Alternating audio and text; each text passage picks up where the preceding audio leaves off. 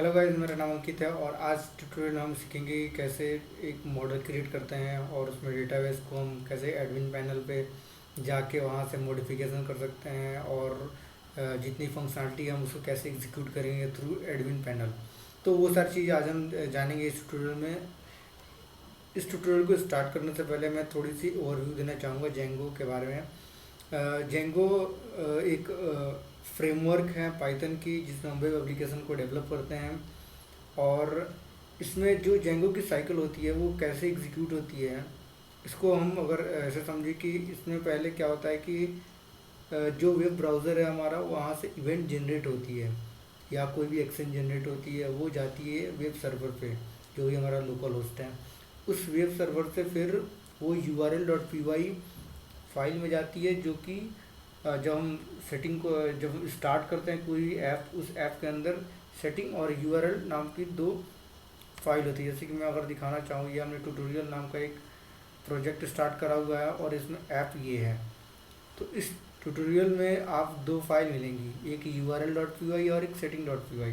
इस url.py में वो मैच करता है उस पाथ को जो भी रिक्वेस्ट होती है। अगर वो पाथ एग्जिस्ट करता है तो उसके अकॉर्डिंग जो व्यू डिफाइन होती है उस व्यू में जाके वो एग्जीक्यूट करता है। अगर डिफाइन नहीं होती है तो फिर वो एरर देता है कि पाथ नॉट फाउंड। उसके बाद से व्यूज़ में जाके जो भी डेटाबेस एक्सेस होता है या फिर नॉर्मल पेज को रेंडर करना होता है वो वहाँ से एचटीएमएल फाइल पे रेंडर हो जाती है। एचटीएमएल फाइल को हम क्रिएट करते हैं टेम्पलेट्स नाम की डायरेक्टरी में, जो हम ऐप के अंदर क्रिएट करेंगे। तो इसमें हम नॉर्मल एक डेटाबेस क्रिएट करते हैं। ये है मॉडल्स.py में हमेशा डेटाबेस हम क्रिएट करते हैं। व्यूज़.py में हम फंक्शन डिक्लेयर करते हैं जो डेटाबेस से इंटरेक्शन करता है और क्वेरी जनरेट करता है, रिक्वेस्ट रिस्पॉन्स एक्सचेंज होते हैं, वो व्यूज़.py से होता है। urls.py में हमेशा पाथ डिफाइन होते हैं, किस पाथ से वो पास करेगा, वो पाथ डिफाइन होती है यहाँ पे। सेटिंग्स.py में जब हम ऐप को नया ऐप क्रिएट करते हैं तो उस ऐप को सबसे पहले हमें इंस्टॉल्ड ऐप में आके रजिस्टर करना होता है। अगर आप ऐप को इंस्टॉल्ड ऐप में नहीं रजिस्टर करेंगे तो फिर वो ऐप से कोई भी एक्शन परफॉर्म नहीं होगी, क्योंकि एक प्रोजेक्ट में बहुत सारे एप्लीकेशन हो सकते हैं। मैंने अभी एक ऐप क्रिएट करा है, आप दो कर सकते हैं, तीन कर सकते हैं, मतलब जितने आप चाहें उन सबको क्रिएट करके और एक दूसरे से लिंकअप किया जा सकता है। तो हमने एक ऐप अभी क्रिएट किया हुआ है माई ऐप के नाम से, उस ऐप को हमने यहाँ पे रजिस्टर कर लिया। सबसे पहला काम ये होता है, हम एक कुछ भी करने से पहले, मॉडल्स व्यूज़ के साथ करने से, ऐप में कुछ भी करने से पहले हमें उस ऐप को इंस्टॉल्ड ऐप के अंदर जो कि settings.py फाइल के अंदर होती है उसमें आके बस हमें यहाँ रजिस्टर कर देनी है इन्हें। अब इसके बाद से हम अपना मॉडल क्रिएट करते हैं। यहाँ मॉडल हम एक स्टूडेंट का हम मॉडल क्रिएट करेंगे। जैसे कि मैं करता हूँ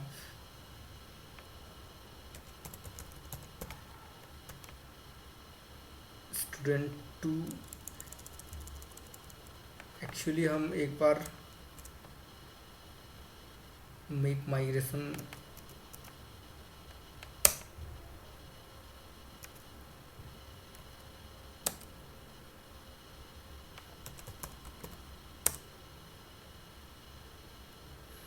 यहाँ अब हम एक मॉडल क्रिएट करेंगे।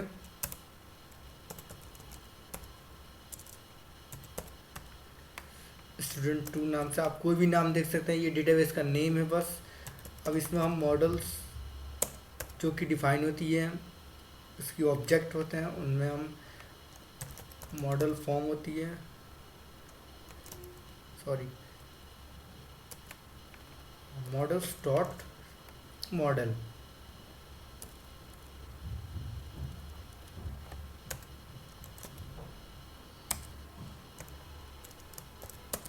इसके बाद से हम इसके एट्रीब्यूट लिखेंगे, जैसे कि स्टूडेंट का नेम हो सकता है। नेम को हम हमेशा ये मॉडल्स के ही ऑब्जेक्ट होंगे, जो भी होंगे। जैसे कि ये मॉडल्स है, मॉडल्स का ऑब्जेक्ट कैरेक्टर फील्ड होती है, इसको हम मैक्स मैक्सिमम लेंथ डिक्लेयर करते हैं, जैसे कि अगर 50 मैक्सिमम लेंथ होनी चाहिए। उसके बाद से हम ईमेल आईडी लेते हैं।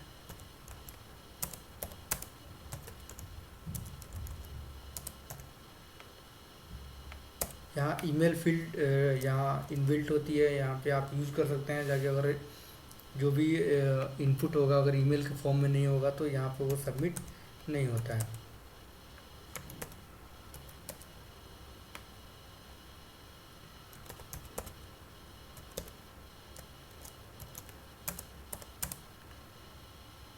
कॉन्टैक्ट नंबर हम दे सकते हैं। यहाँ पे कैरेक्टर फील्ड ही हम लेते हैं अभी।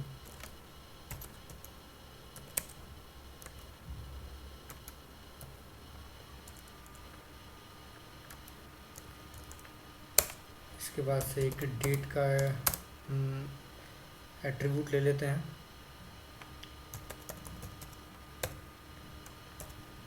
यहाँ डेट टाइम फील्ड होता है, डेट फील्ड होता है, तो हम यूज़ कर सकते हैं। डेट टाइम में टाइम और डेट दोनों डिस्प्ले होता है, और डेट में सिर्फ डेट डिस्प्ले होता है। यहाँ हमने एक मॉडल क्रिएट कर लिया। अब इसके बाद से हम एक फंक्शन बनाते हैं। इसमें अगर आप पाइथन वर्जन 3 पे वर्क कर रहे हैं तो आप लिखते हैं str सेल्फ, जो इसका ऑब्जेक्ट होता है इसमें। उसके बाद से रिटर्न करते हैं हम कोई भी एट्रीब्यूट का, जितने भी 4 एट्रीब्यूट हमने डाले हुए हैं किसी में से हम किसी को भी रिटर्न कर सकते हैं। मैं यहाँ नेम को रिटर्न कर रहा हूँ। अगर आप यहाँ पाइथन वर्जन 2 पे वर्क कर रहे हैं तो आप लिखिएगा यूनिकोड, सॉरी, ये अगर आप 2 पॉइंट समथिंग पे वर्क कर रहे हैं तो आप ये लिखिएगा। अगर आप 3 पे वर्क कर रहे हैं तो आप ये लिखिएगा। इसके बाद से हमने एक डेटाबेस क्रिएट कर चुके हैं। अब हम कुछ भी डेटाबेस के साथ चेंजेस करते हैं, मॉडिफिकेशन करते हैं, तो सबसे पहले हम उसको मेक माइग्रेशन और माइग्रेट जरूर कर लें। अगर आप ये दोनों चीज़ हम नहीं करेंगे तो हमारा वो भी जो भी चेंज है वो एक्टिवेट नहीं होगा, वो पूरे प्रीवियसली चेंज को ही दिखाएगा। तो सबसे पहले जो भी डेटाबेस के साथ कुछ भी काम करें, 2 कमांड यहाँ हम जाके अपने कमांड प्रॉम्प्ट में manage.py जहाँ भी फाइल होगी वहाँ पे आके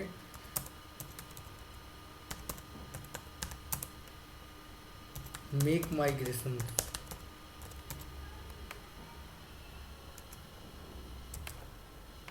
यहाँ देखिए मैंने किया मेक माइग्रेशन, तो ये लिख रहा है क्रिएटेड मॉडल स्टूडेंट 2, यानी कि मॉडल अब क्रिएट हो चुकी है। इसके बाद से हम माइग्रेट करते हैं इसको, ताकि ये माइग्रेट हो जाए। जो भी सेशन होगा, कंटेंट टाइप होता है, यहाँ आप देखें स्टूडेंट 2 माई ऐप में माइग्रेट हो चुकी है। जो माइग्रेशन फाइल थी मैं आपको यहाँ दिखाना चाहूँगा। ये माई ऐप करके मेरा ऐप है, ऐप के अंदर ये माइग्रेशंस हैं। माइग्रेशन से आप देख लें, ये स्टूडेंट 2 करके जो अभी हुई है ये अभी माइग्रेट हो चुकी है। तो ये माइग्रेशन में सारे आते हैं जब ये माइग्रेट करते हैं इसको। तो अब हम इसको सर्वर को रन करेंगे।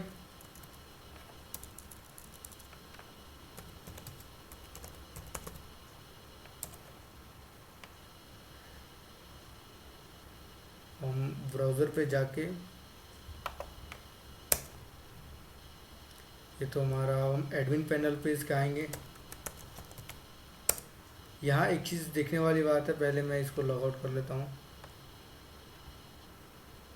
यहाँ आप जब हम ये यूज़र ने पासवर्ड, वो यूज़र ने पासवर्ड है जो आपने क्रिएट सुपर यूज़र करके क्रिएट किया हुआ था, यूज़र नेम और पासवर्ड, वो आपको यहाँ पे इंटर करना है जो भी आपने किया हुआ। अगर आप इसको भूल जाते हैं, अगर आपको याद नहीं है, तो आप दोबारा क्रिएट सुपर यूज़र करके अपना पासवर्ड चेंज कर सकते हैं।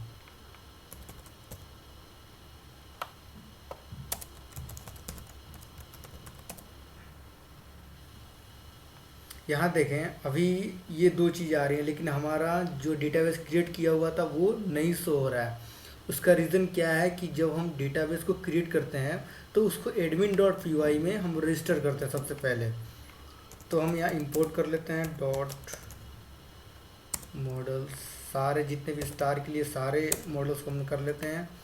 उसके बाद से रजिस्टर करने के लिए आप एडमिन साइट डॉट रजिस्टर करेंगे और उस मॉडल का नाम यहाँ लिख देंगे आप। स्टूडेंट 2 था तो हमने 2 को यहाँ रजिस्टर कर दिया। इसके बाद से हम अपने इस पेज को रिफ्रेश करेंगे। यहाँ आप देख सकते हैं स्टूडेंट 2 यहाँ क्रिएट हो चुका है। अब हम इस पर क्लिक करेंगे तो यहाँ दिखा रहा है 0 स्टूडेंट्स, यानी कि कोई भी इसमें यूज़र ऐड नहीं है। अगर हम चाहें कि इसमें कुछ इंसर्ट करना चाहें तो यहाँ ऐड स्टूडेंट करके होती है, उस पर हम क्लिक करेंगे और नेम हम देते हैं जैसे जेंगो नेम, ठीक है। इसके बाद से हम ईमेल आईडी जो भी देना चाहें,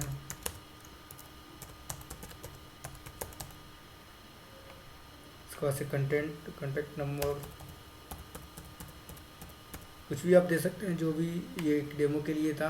अब यहाँ डेट और टाइम हमने वहाँ पे ये मॉडल्स में हमने यहाँ पे ये एक फील्ड डिक्लेयर की थी, डेट टाइम फील्ड। ये डेट टाइम फील्ड यहाँ पे हमें फिल करनी है। डेट होता है, डेट के लिए यहाँ क्लिक करें आप, जो भी डेट होगी वो यहाँ आ जाएगा।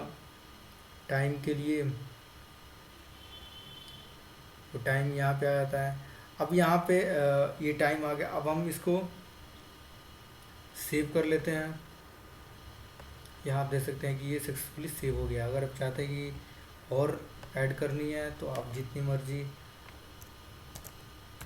ऐड कर सकते हैं यहाँ पे। अगर वहाँ पे हमने अभी मैं आपको दिखाना चाहूँगा कि इसमें हमने समथिंग कुछ भी ईमेल फील्ड डिक्लेयर कर रखा हुआ है वहाँ पे। ये मॉडल्स में ईमेल फील्ड हमने यहाँ डिक्लेयर किया हुआ है। अगर ये ईमेल फील्ड नहीं होगा तो ये फॉर्म सबमिट नहीं होगा हमारा।